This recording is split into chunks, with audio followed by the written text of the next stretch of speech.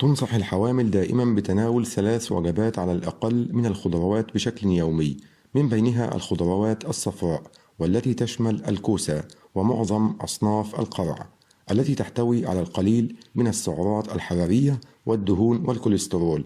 تحتوي على كميات مرتفعة من المياه، بالإضافة إلى أنها غنية بالعناصر الغذائية المفيدة للحامل، حيث أن الكوسة تحتوي على الفولات والبوتاسيوم وفيتامين ألف وجيم، بينما تحتوي قشرة الكوسة على معظم العناصر الغذائية، وبالتالي يجب غسلها جيدا ثم تناولها دون نزع قشرتها. لقد خصصنا هذه الحلقة لنعرض على حضراتكم أهم فوائد الكوسة للحامل. تعد الكوسة غنية بمضادات الأكسدة، وهي مركبات نباتية مفيدة في وقاية الجسم من التلف الناتج من الجذور الحرة، حيث أنها تحتوي على الكاروتينات مثل اللوتين والزيكسانتين وبيتا كاروتين. بالتالي فإن هذه المضادات تفيد العين والجلد والقلب، كما تحمي من الإصابة بأنواع معينة من السرطان مثل سرطان البروستاتا. كما تعمل على تحسين عملية الهضم، والسبب احتوائها على المياه، الأمر الذي يسهم في تليين البراز مما يقلل من احتمالية الإصابة بالإمساك. كما أن الكوسة تمتلك الألياف القابلة للذوبان وغير القابلة للذوبان، بينما تساعد الألياف غير القابلة للذوبان في تحريك الطعام خلال القناة الهضمية بسهولة، الأمر الذي يقلل من الإصابة بالإمساك. كما أن الألياف القابلة للذوبان تغذي البكتيريا المفيدة التي تعيش في الأمعاء، بينما تنتج هذه البكتيريا المفيدة الأحماض الدهنية قصيرة السلسلة التي تغذي الأمعاء، إضافة إلى أن الأحماض قصيرة السلسلة تسهم في التقليل من الالتهابات وأعراض العديد من اضطرابات المعدة، مثل متلازمة القولون العصبي ومرض كرون والتهاب القولون التقرحي.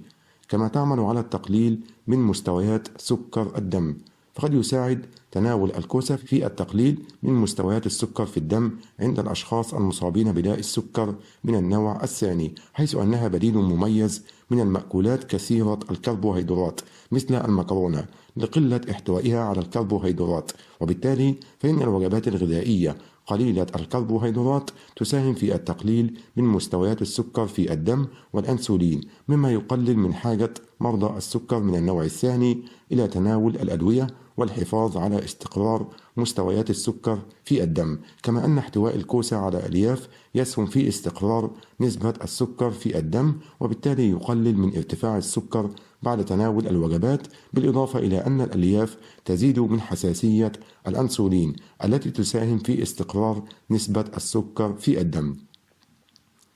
إن احتواء الكوسة على كميات كبيرة من الألياف يجعل لها دورا مهما في التقليل من خطر الإصابة بأمراض القلب، بينما يعد البكتين الموجود فيها الذي هو أحد الألياف القابلة للذوبان مفيد في التقليل من خطر الإصابة بالكوليسترول الضار الكلي، بالإضافة إلى أن الكوسة غنية بالبوتاسيوم الذي يساهم في التقليل من ضغط الدم المرتفع، ذلك عن طريق توسيع الأوعية الدموية، وبالتالي يقلل من خطر الإصابة بأمراض القلب والسكتة الدماغية.